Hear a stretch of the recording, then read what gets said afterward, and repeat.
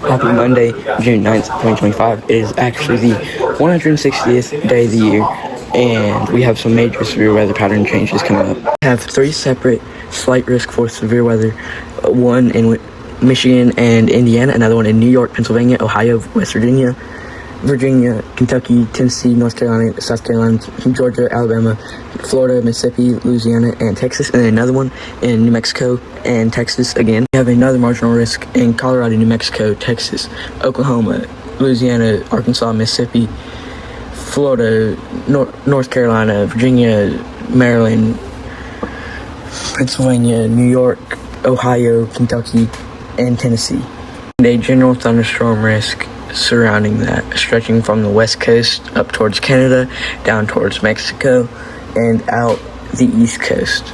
And then we have two separate 2% tornado risk, one in Texas, Louisiana, Mississippi, Alabama, and extreme western Georgia, and then another one in Kentucky, West Virginia, Ohio, Pennsylvania, and New York. Then we have three separate 15% wind risk. That is a 15% chance of damaging winds within 25 miles of you. And those are in Michigan, Indiana, New York, Pennsylvania, Ohio, West Virginia, Kentucky, Tennessee, North Carolina, South Carolina, Georgia, Alabama, Florida, Mississippi, Alabama, and Texas, and another one in West Texas and New Mexico.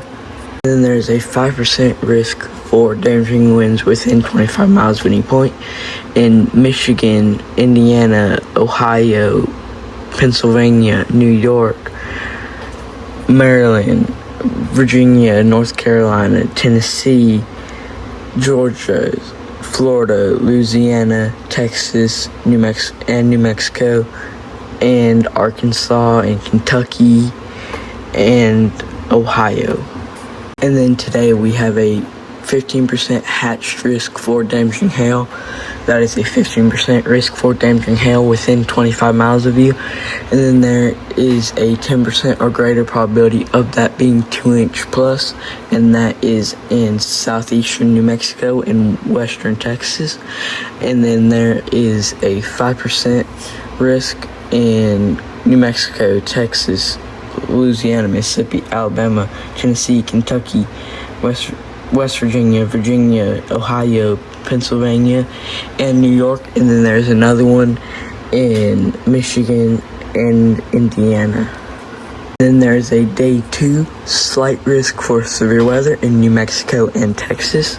And then a 4 separate marginal risk, one in New Mexico, Texas, Louisiana, another one in Georgia, South Carolina, North Carolina, Virginia, Maryland, Delaware, and New Jersey, and parts of Pennsylvania, and then another one in Montana, and then another one in Oregon and California, and extreme northwestern Nevada.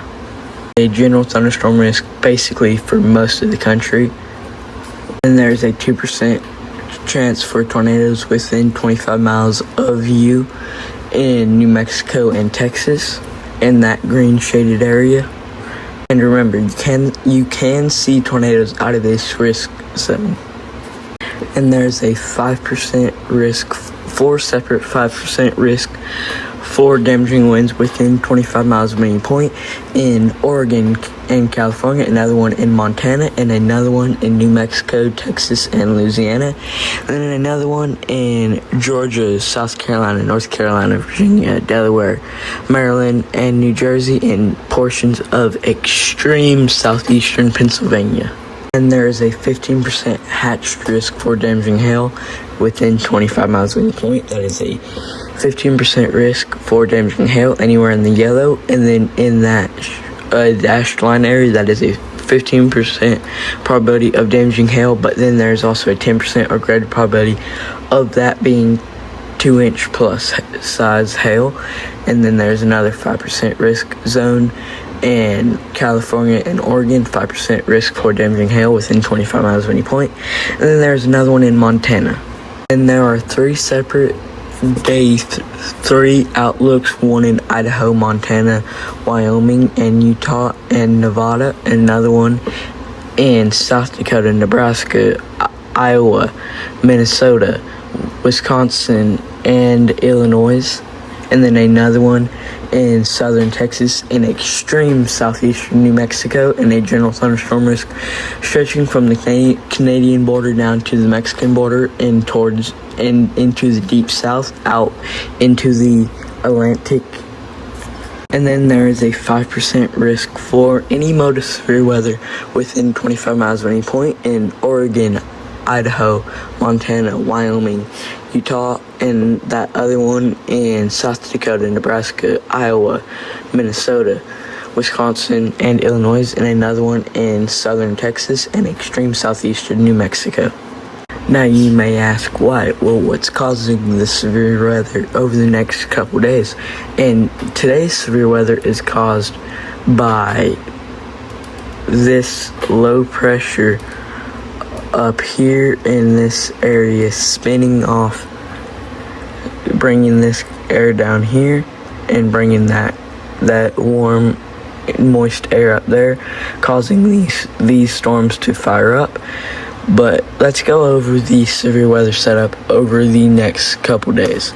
So we kind of are seeing the same setup tomorrow. Not really the same setup, but we're seeing this system right here that is causing that slight risk in this area today. Continue on and cause that slight risk for severe weather out here. And then what the next big severe weather setup might be is this right here, because if we go over and look at the cape, let's look at the cape in that area, and it's that low pressure right there. And hold on, I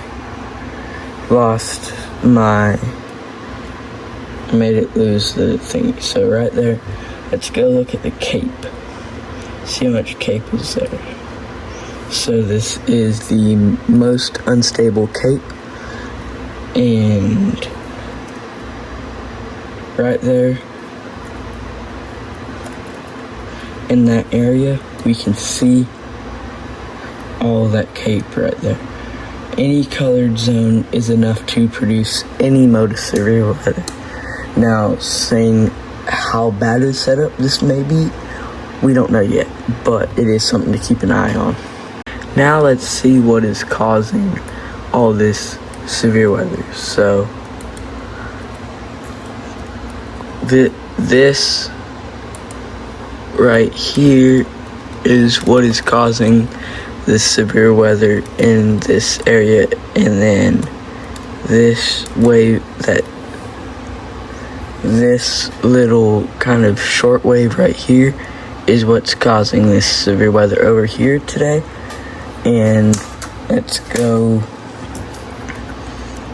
just look at the upcoming.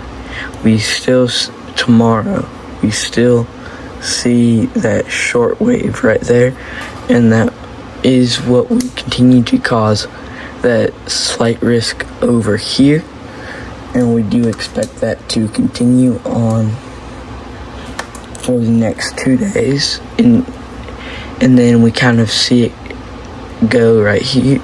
Right here it could produce some more severe weather, and this is what is causing that day 3 outlook. And this little short wave up there is what's causing the day 2. These short waves right here and right here is what's causing the marginal risk up here, and then those little short waves right there is what's causing that day 3 marginal risk over there also. And it does look to be having that wind shear present to produce something, not to produce maybe a spin up. We don't know yet, but it does have, sorry, my computer's lagging like crazy today and I don't really know why. But we do have a potential to see some severe weather in that area. Now, what quite that mode will be, we don't know yet. But then continuing on, we kind of see all that exit, and we could, and that is right there, that shortwave right here is what's causing that that risk, marginal risk over here. And we do continue to see those little shortwave troughs, which can produce severe weather. But other than that, we don't really see anything too awfully severe over the next couple days until Wednesday the 18th. This right here could produce some severe weather as it tries to exit about right here in the Colorado, New Mexico, Kansas, Oklahoma, and Texas area. We could see some severe weather there. And as we continue to go, we kind of see that exit and not really produce a whole lot until once we get closer here. Now, this right here is the next setup I'm really worried about. And it not really, for most people that watch my videos live in the southeast, so not really affecting the southeast. But for anywhere in this area, needs to watch out for that. Because again, this is further than a week out, so this may not play out. But if this plays out, this could cause some pretty severe weather. And it is unnormal to see a trough that big in mid-June. Mid to late June, because this is on the 24th. So, but if this does play out, we need to keep an eye on this. And now let's look at the most unstable CAPE values, which is, for those of you that know, CAPE is the capable potential energy in the atmosphere. That's what CAPE stands for, capable potential energy. And right here is on the 11th, so 3 days out. That's another reason why they have that risk zone right here and that risk zone right here. But this is one of the strongest indicators on where the storms will be and if they will fire up.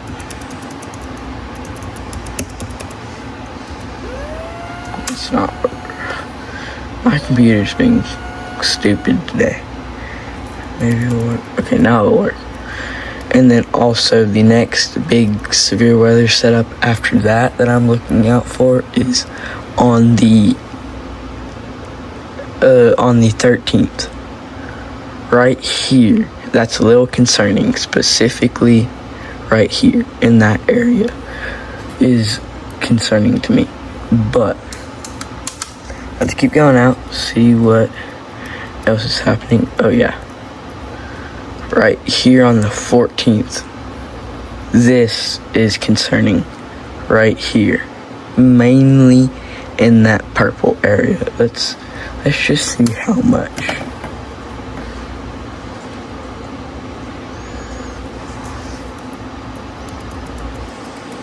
Where did it go? Okay, right here. That is potentially up to 4,000 joules per kilogram, which is just crazy. Let's take a sounding right there. Oh yeah, that parcel's rising.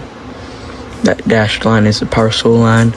The only thing I'm concerned about is it doesn't show really the cloud base being quite low enough, but it is showing that wind shear, the low level wind shear in the hodograph, and it is showing up to 4,500 joules per kilogram, which is just crazy. And possible hazard type severe.